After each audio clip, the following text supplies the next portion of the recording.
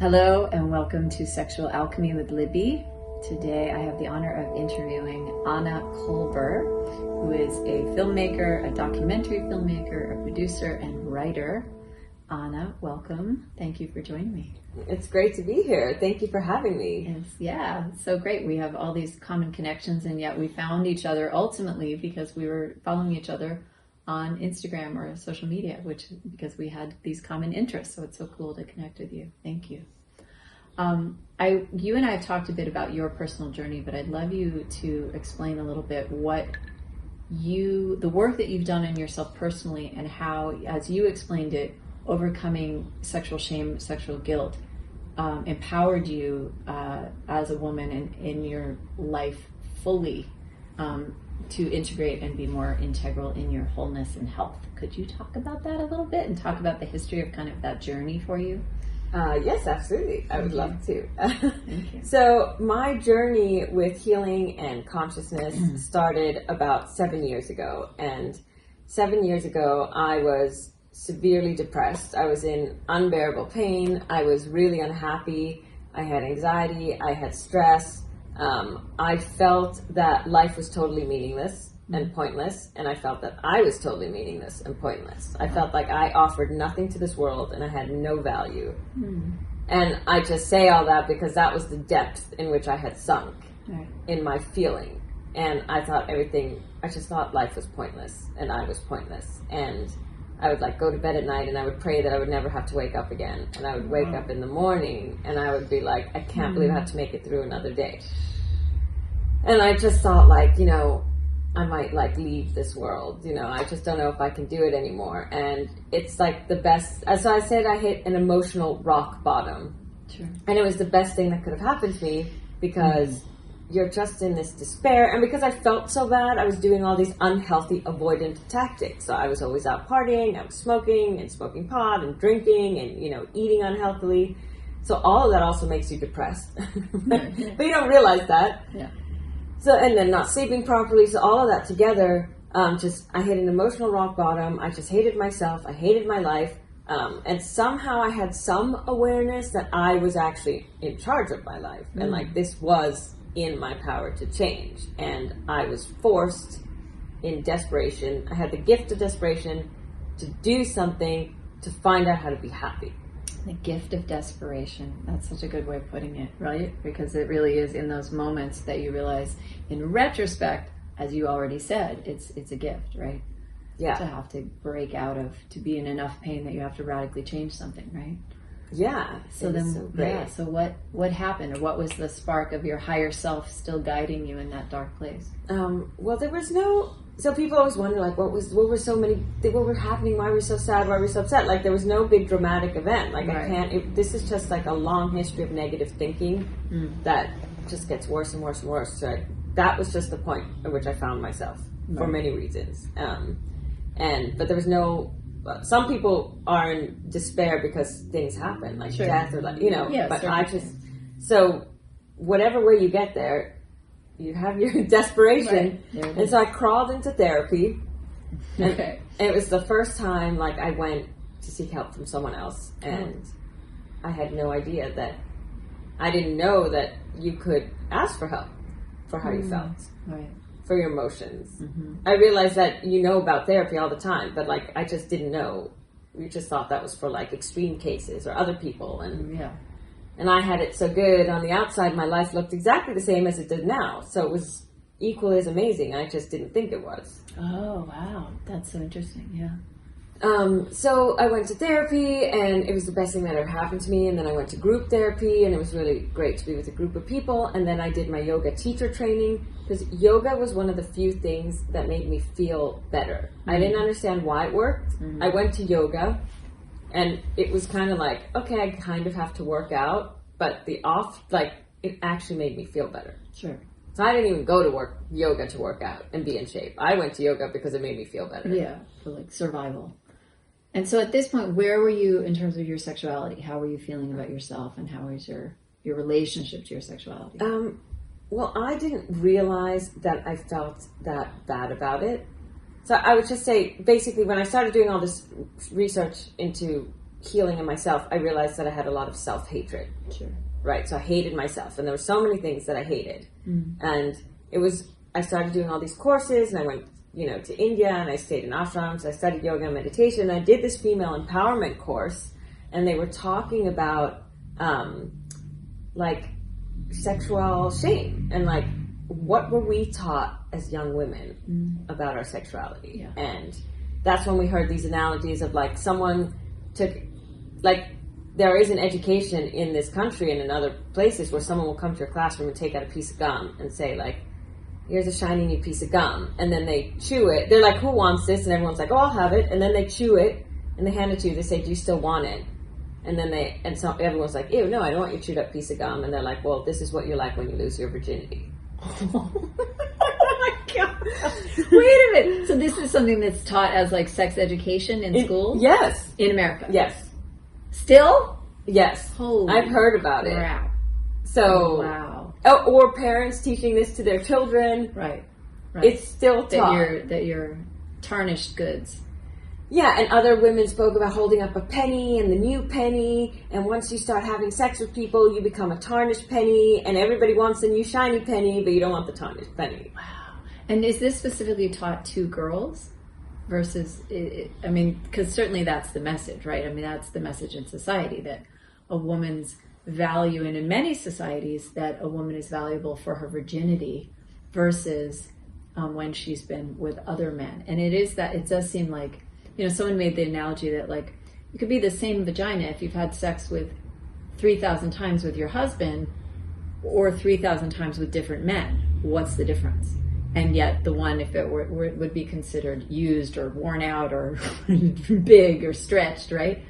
And it's this ridiculous misconception, but it's this idea perpetuated on women that they're somehow only valuable in the ownership to some degree by their husband or by their mate, right?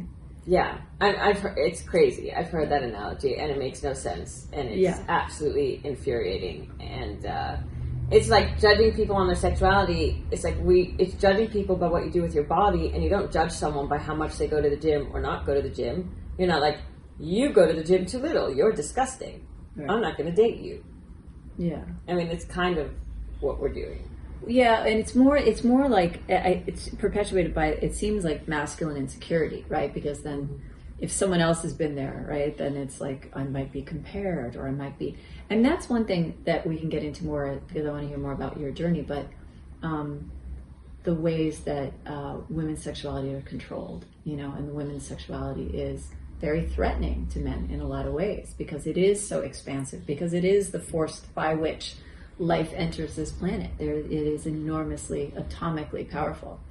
But so your journey in terms of finding that awareness that you had sexual shame, right? So that was a bit of a realization, or were you aware of it all the time? Well, I wasn't, I have always had like, oh, I've slept with too many people, or I've done too many things, and often have the thought like, if you're interacting with, I would do something with him, but I don't want him to lose respect for me. I would do something with this person. I don't want my friends to know, they'll lose respect for me. Like, those thoughts were in my head without me really being aware of them, because I was also a very modern, empowered, feminist woman who was like, I can do whatever I want and I can hook up with whoever I want, but I still had that other voice, the shaming voice. And I have girlfriends also who were like, oh, I hooked up, like I made out with this guy last night. I would have gone home with him, but I didn't want him to lose respect for me, so I didn't. Right? Or I didn't want so-and-so to find out, so I didn't. Right. And this is as a young woman. We're not talking as a teenager or college. This is you as an adult. Yeah, all of it. As a teenager, adult, everything. Right. And that's when I realized, like, when I was at this female empowerment course, when I heard all these other women sharing these stories, and then it's like, what are the issues with your sexuality? And women are standing up and saying, I'm not sexual enough. I'm too sexual. I've slept with too little people. I've slept with too many people. Wow. You don't win if you're a woman. Right. Like, there's no right answer. And then I just kind of got sick of it. And I was like, and that's when I realized, like, why am I buying into this? And I realized how much I had actually been walking around hating myself, thinking like there was something wrong with me. Right. There's something wrong with me. is there something bad about me because of my sexuality? Whether it's like certain preferences that I have or the amount I've done, just there's something, right? And when I released, like just hearing that, and I just started releasing that, and I was like, you know, I'm not going to walk around, like, this doesn't make any sense. And I don't want to be with someone who would shame me anyway. Right. So I got released all of it and became totally fine with everything that I've done, with everything that I am, with all of my preferences. Sexuality is totally personal, and it's all fine. And when I owned that, it was like I could love myself fully. Wow. Yeah. So it was a choice, right? So first was the awareness, right? That you had been carrying this. And then, I mean, because not everybody could make that choice, right? Like people can be aware of things and then still be like, but it's still here. So that's what I'd like to get into a little more. Like, how did you choose to say, F it? Like, I don't care what people think. I don't care. I'm going to shed whatever I've been carrying. Was that a process, or was it literally a split-second decision? I think it's always a process. I would love to say like the thought arise and then it was all gone. Right. Like, but it's sort of, for me, this is why group therapy and group shops are so important. Yeah. Because it was sitting in a room with 300 women. Yeah. And hearing everybody's insecurity about their sexual shame. Yeah. Right. And I was like, well, it makes no sense because there's no rule. Sure. There's no like, if at least there was a rule, like you're only not safe with this amount of people, and you're good if you know, and you're bad. There was just no. It doesn't make any sense. Well, and then the question is, what standard are we measuring ourselves against? Because some people feel shame if it's too little. People feel shame if it's too much. You feel shame if it's a variety that's not. So exactly. So who's setting the standards that we're comparing ourselves to, right? No, and then why are we playing the game? Why are we playing along? Yeah. I mean, and a lot of that is social conditioning, right? So whatever family you grew up in, what were the standards and values that they projected onto you? Your religious upbringing is a big one. The schooling, I mean, God forbid they're teaching you that gum theory. You're really screwed if you're learning the chewed up piece of gum theory.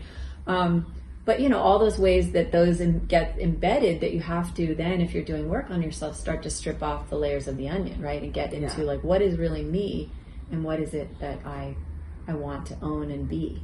And so that's a really interesting question, I think, for so many women right now who are maybe stepping into an empowerment or into something that they hadn't felt previously they could. So much of society is it's okay to be sexual as long as you're married, right? Or you have one monogamous partner. I'll tell you this confessionally. My gynecologist said to me recently, well, you're still in a nice monogamous relationship, aren't you? What?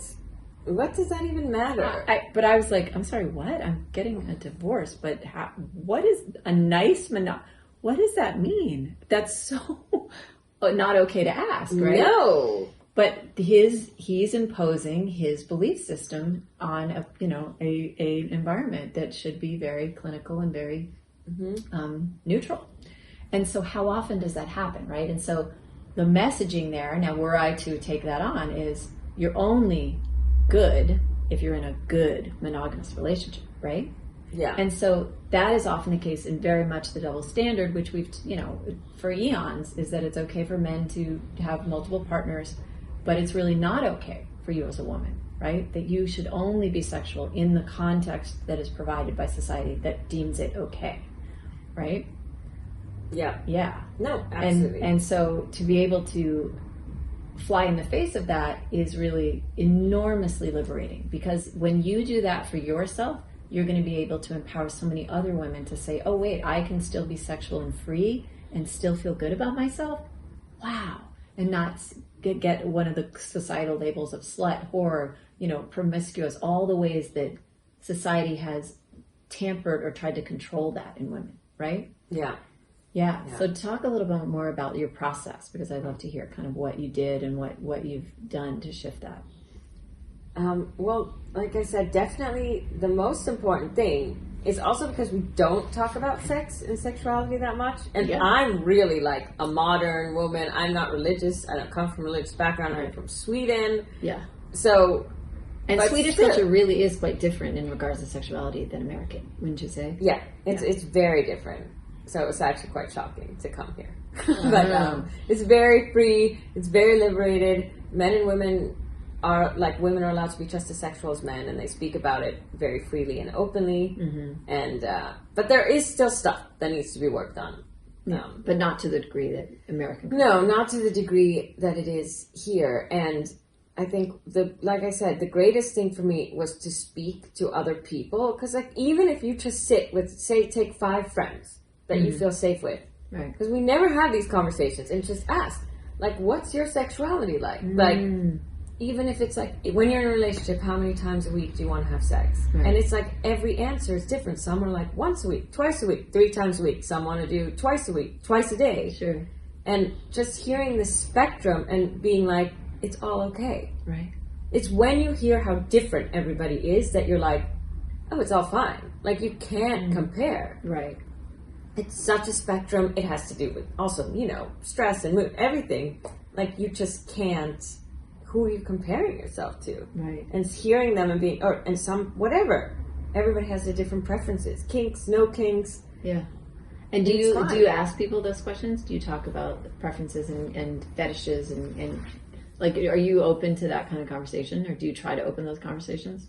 I do, and I speak quite openly about things with my female friends, but and then there's also some of my female friends who don't like to share, and that's fine. They just don't share. They don't make a point of it. I can hear that, Right.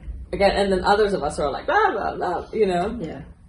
But I also, when I got into this exploring consciousness and learning to love myself, I did also go into a community of Tantra practitioners, which was this beautiful, which looked at sex like this beautiful, wonderful tool that brought you to a closer state of enlightenment that merged your souls.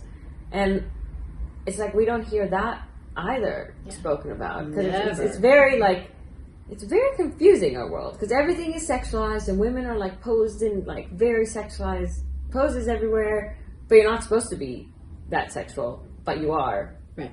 But you're not. And you're I don't know what to do. I know, it's such hypocrisy, right? Right. And you're supposed to, like you said, it's safe. Oh, you're supposed to be sexual in a monogamous relationship, but your future partner wants you to turn up there and be experienced and be really sexual, but have had no experience. Right. Slash a virgin. Right. Just know how to do everything, but slash a virgin. Yeah. And certainly not have slept with any of their friends. No. So it's and I don't know that many, again, I don't know that many religious people, but I have researched a lot of purity culture and read things, and I've read stories where people were look, we weren't supposed to have sex before marriage, both men and women. The chewing gum thing does go to both men and women, but it's worse for women, as we know, and they kind of end up in a relationship where they've spent their whole life being sex is bad, sex is horrible, sex is bad, and then they're married and they don't know how to have sex with each other. Right. Right. Because they feel shame. The shame didn't go away just because they got married. They've been shamed their whole lives. Yeah. And now they're married and they're still feeling so. And then it's now what? Yeah. I mean, I've heard those stories and read books on that. So that's super confusing. Yeah. Well, and you recently posted about, I think it's Masturbation Month. May was... May, I missed it. May was Mental Health Awareness and Masturbation. / masturbation. Now, isn't that interesting, the two, mental health and masturbation? So, so that's a subject that certainly is not talked about enough as well. It's just self-pleasure, and then how you learn to please yourself, and then how that translates into better sex in a relationship as well, right? Is that something that you explored? Did that get you to a deeper understanding of yourself, letting go of your own self-exploration? I think, self-exploration is great for everyone. I didn't have that many issues with it. But again, it's the shame factor. Right. I mean, there used to be a saying that when you masturbate, a kitten dies. Stop. What? This is what they used to say. What churches or religion? Yeah. There was that. What was this? That you could go blind, right? There was they would teach that you could that you could go blind. It would make you blind, or hairy palms. It would make your palms hairy. So all the ways that shame and guilt, right? Well, and then the Catholic Church perpetuated for a long time. You go to hell. I mean, literally, it was what did they call it? Self-abuse. Masturbation was called self-abuse. And like, I actually dated a man who swore up and down, even to the point where I was begging him, please tell me that's not true, that he had never masturbated, never once touched himself. This is a grown adult man, because he was taught that he would burn in hell. This is today. I mean, this is modern day. Yep. I mean, that is psychological. Talk about mental health. That is psychological abuse. Absolutely. That is, yeah, I mean, that is truly abuse. To teach a child that if you somehow seek pleasure or pleasure yourself, that you're gonna, I mean, it's unspeakable in many ways. I mean, it's how terrible. Cruel. Yeah. And how does that person then have a loving, sexually free, fulfilled relationship?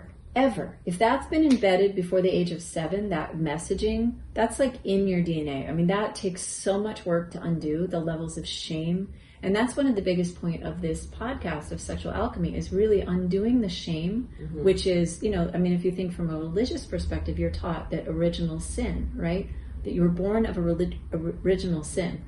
I mean, one of the biggest messages I'm trying to get out is that is one of the biggest lies that has been perpetuated on mankind, that we come from sin, or that shame is a vibration that should be aligned with sexuality, right? Because if anything, as you were saying in these tantric workshops and in that greater awareness, if anything, it is the most expansive, beautiful, uniting energy on the planet, right? Yeah. And so I want to talk a little bit more about how that affected your mental health, right? So specifically, healing your own sexuality took you into a better place of feeling good about yourself, because you said 8 years ago you felt this way, but now you feel better, and a lot of that was because you healed that sexual identity wound, or sexual, how would you put it? Yeah, I mean, I healed my well, if you have sexual shame, then you carry that with you, so you feel bad about yourself, right? You walk around like, I'm a bad person, I'm dirty, I use goods. I mean, I brought that to every date that I went on. You know, that's a subconscious belief. That's an energy that's there. When I show up to a man and I'm like, ooh, I hope he doesn't find out. How am I going to tell him I'm bad? Like, I don't know. That shows up. Right. You know? What would you be worried they'd find out?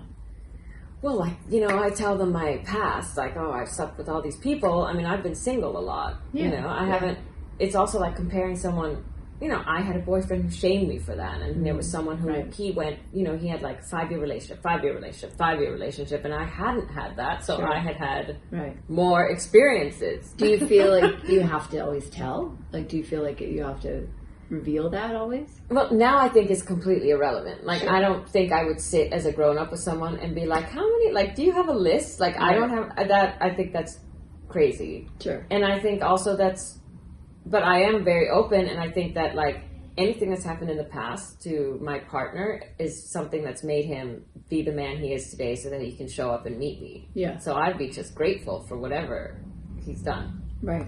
Yeah. But you can still feel jealousy. I still feel jealousy. Still have to work on it, you know. Yeah. Well, that's, certain possessiveness. Yeah, that's up to each their own. People can share whatever they want. You want to share your whole past with each other, that's great. Or you just want to be like, we don't need, it doesn't matter. Past, let's be now, But I think what's so interesting is that I think this is a wonderful opportunity for other women and all people to hear that healing that, removing that shame around your sexuality helped you heal psychologically all the way around. Yeah. Right? That it wasn't just like, okay, now I feel fine about that. I mean, that it really was that intrinsic in how you saw yourself. Yeah, absolutely. And like, you know, you were just talking about this person who said, like, you know, if you have sexuality, you'll burn in hell. Like, imagine, this is the problem with right now, with this so much where we're trying to repress human sexuality. And why are we trying so hard to repress it? Because it's so strong. Because it's so strong and it's there. So they're trying to repress something that's part of your innate nature. So of course, it's whether you do something or not, like you feel desire for someone, you're like, I'm a bad person, I'm a horrible person, I'm disgusting. Right. Like, can you imagine it? That's self-hatred, that talk. Sure. And you're going to feel sexual desire, whether, I don't know, depending who you are. All the time for someone, you know, if all the time you're thinking, like, immediately, whenever you feel anything, I'm bad, I'm a terrible person, like that's going to chip away at your self-esteem. Yeah. And that chips away everywhere if you walk around with Right. that feeling. Well, then also, I think it's so interesting, and I have thought about this a lot over the years, and we're going back to the Catholic Church, sorry guys, but in all the ways that, for example, pedophilia runs rampant in the Catholic Church, right? Because it wasn't just one country even, it wasn't even just one parish, it was everywhere. So what is it about if you're told you cannot be sexual, right? Which essentially priests cannot, right? They cannot be sexual beings. They make this vow to God that they are celibate. But then somehow that normal desire just to procreate, which is the same as eating and drinking, that we have it, gets repressed. But then what happens when something gets repressed, it comes out in a perversion or something, unhealthy. And so to your point, what was happening to you was it was coming out in shame and guilt and low self-esteem. Yeah. Yeah. And I think it's so important that we're talking about this because I think this is a very common thing. I think this comes out in so many people, but it's not talked about enough. So many teenagers feel like suddenly their sexuality is blooming, and what do they do with it? And they start to feel guilty or feel shameful, and then that energy can snowball, right? Yeah. Are you aware when you started feeling that about yourself? Yeah. It's definitely as a teenager, and again, this is being a woman, because I just remember being told when I was young, and I started like hooking up with guys, and it was like new, and I went to an all-girls school, and then I wasn't in one, so it was all very exciting, and I was like flirting with a lot of guys, and people were just like, well, you can't do that. You have to be careful. You can't hook up with so many people. And I said, but why? All the guys are doing it. Right. And said, but you can't because you're a girl. And who would say this? Just like my friends. Okay. And I did not understand why I was not allowed to, and the men were. And there was no reason, no one gave me like what I thought was a reasonable explanation. Mm-hmm. But then you're also like, as a woman, like I had all these desires. So that was also confusing. Right. But it was never the practical advice. Well, you could get pregnant, or you could be, or that kind of thing. No. Like, it wasn't those kind of things. It was just I got more, that advice, but no. Yeah. That wasn't the point, because a man could make anyone pregnant too. Yeah. Right? I mean, yeah. No, and you get called a slut, and you get stuff like that still always existed. Mm-hmm. And you're always like worried, like I don't want to be called. Now I don't care. I'm like, yeah, call me a slut. Like I'm proud. Like I had fun. Right. You know what? Right. Like I did what I wanted. I hooked up with everyone, and I had the best time ever. Well, I did. That's so funny because it is that. I mean, it's such different messaging. I mean, it's with boys, right? Go get it. Go get that. And with girls, like you literally hear fathers say, "I'm gonna get a baseball bat for any man who comes near my daughter," which is crazy. I mean, what the hell? But again, control of women's bodies is what this is about, right? Women's sexuality is very threatening, and that's the crux of a lot of what I want to explore. Is like, why is women's sexuality so threatening? Why? Yeah. That interests me, and I think I have answers and theories. But I just think that is a continual question I want to keep looping back to. What is so threatening about women's sexuality? Because, I'll throw out a couple things. Men can have one orgasm. We can have so many. We can have so many. And that's amazing and wonderful, but mysterious and strange and awesome, right? But threatening to men to some degree.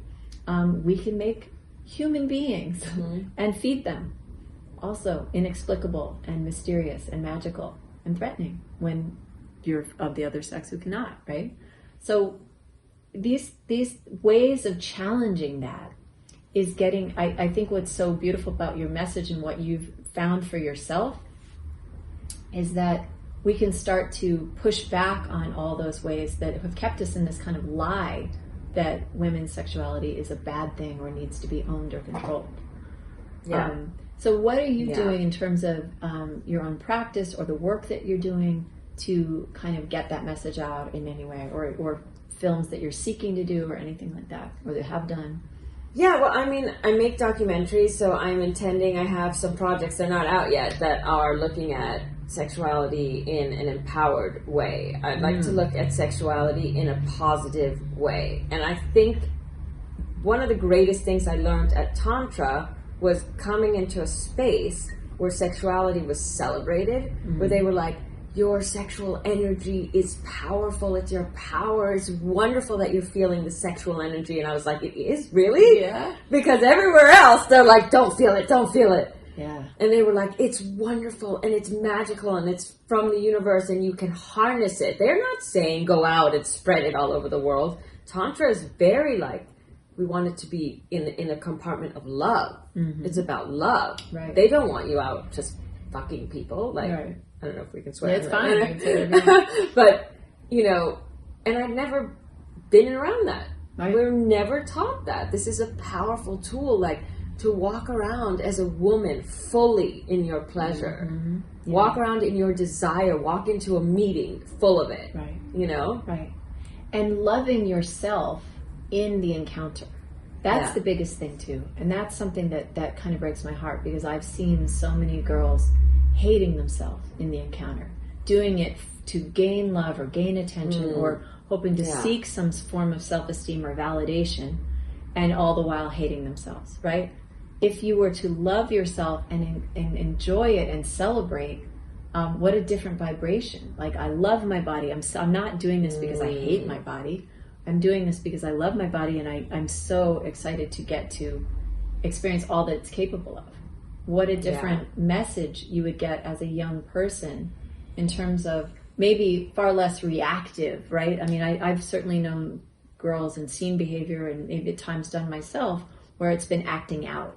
Like, I've had sex to validate or to, fly in the face of something or to show you I can, versus it's because I love myself and I want to have pleasure, right? And what a different space that would be if we were taught that from our parents, from our schools, from our society, from our religion, instead of the hypocrisy, be sexy, but don't really be sexy. Yeah. But look sexy, but don't really be sexy, right? But have the perfect body, but no, don't you really, it's just, there's so much contradiction and chaos. There is so much. And even like men are complaining they don't get enough sex if they are, but then they shame us when we have sex with them. So it's like, what do you want? Yeah. Yeah. Like I'm saying again, the Madonna whore complex, I mean, that's what I would just like to see. Like, the more we talk about sex in an open manner and talk about it in a positive way, the more we create a healthier future for sexuality. Yeah. And all the pioneers that I'm talking to, like the women who create the wonderful sex toys, and women who are, making films and having conversations and in whatever way can help propel that forward, is so necessary and so important. I look at my own evolution in the last, decade or so, but just ways that I've expanded out from old paradigms and ways of things that, again, like you don't even realize are necessarily there until you really go into those shadows and kind of unlock them. Yeah.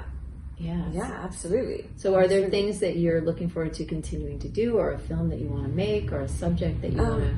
Yeah, I have some projects that I've developed that are looking at sexuality in an empowered way, and oftentimes in a comedic way, because I like writing comedy and I like things to be funny. Yeah. And that's how you reach people. Yeah. So I have things in development that will be coming out. But like I said, I talk about sexual empowerment, and that's what I want to be looking at. And not, and you can look at sex in a positive way. Like you said, you can even look at, like, there's feminist porn being made. So there is porn that is being made in a positive manner. Right. Like, let's try to go from, we're always looking at sex in such a dark manner, to like, let's look at sex in a positive way. Well, and to your point, like even pornography, which gets such a bad rap in many ways, that it's exploitative and it's always bad and it's always somehow, corrosive. There can be ways that watching human sexuality can be educational, that could be expansive, that could be liberating, right? I mean, there are ways that certainly pornography doesn't always, again, have to be bad or dark or dirty. I was reading something this morning about like triple X, and to some degree, triple X implies like poison, and that when pornography is rated triple X, to some degree, it's this kind of like toxic, the dangerous, bad, right? Bad, bad, bad. What if we were able to see something beautiful and celebrate it rather than feel like it's degrading? But again, a lot of that is the shift in culture, and unfortunately, there is so much ways that women are degraded in pornography. We've talked to Jill Sorensen about that, who's really active in awareness about that. But that's a different thing. But again, that comes from the same. What is it about society that wants to denigrate women, that wants to put down the feminine? Is it power? Is it control? That the feminine body, to some degree, is somehow threatening just by being, And that's something that I think is so interesting to consider. Like, so how do we, again, undo that? First and foremost, we have to unshackle that for ourselves. And I'm so, it's really heartwarming and really to hear that you've liberated yourself from that, because that's a big deal, to go from the level of the shame and darkness that you felt to this space of celebration that you can now invite others into. Yeah. No, I mean, I'm super happy about it. I'm thrilled. Yay. Because I walk around not feeling like there's anything wrong with me, or like I've done something bad or shameful, because I just, being in these worlds, and I go to talks and sex educators and just talking about stuff, you just realize that sexuality is such a spectrum, and mine is perfectly fine the way it is, and that's great, and I'm fine the way I am. Yeah. And how great if more women could say that. And I think that's where we're headed. I mean, I know that's a lot of the work that I hope to help people, expand into that place too. So if people wanted to check you out or look for your work, is there anywhere that they could follow you or look for your documentaries? I have a website, which is annakolber.com, and all my work is on there. So ANNAKOLBER. Yes. Okay. And I'm also active on Instagram, so that's also anna.kolber. Okay. And and I made a film about consciousness and mental health called Chasing the Present. Chasing the Present. Oh, that's one that Russell Brand was on, yeah? Yes. Yes. That looks at ways to overcome suffering and anxiety. But we don't delve into the sexual aspect in that film, but it does look at your overall mental health and what is the root cause of your suffering, which again is your thoughts. Sure. And again, if your thoughts are about your sexuality are full of shame and self-hatred and yelling at yourself, you're going to just not be a happy person. Certainly. Yeah. I'm so excited to see your example, and it gives me great hope for younger generations of women to have happiness around their sexuality. What if it was just happy? That's a radical thought. That's a radical thought. So so thank you for finding happiness in your own sexuality and inviting us into that. Anna Kolber, thank you so much. Great, thank you for having me on. This was awesome.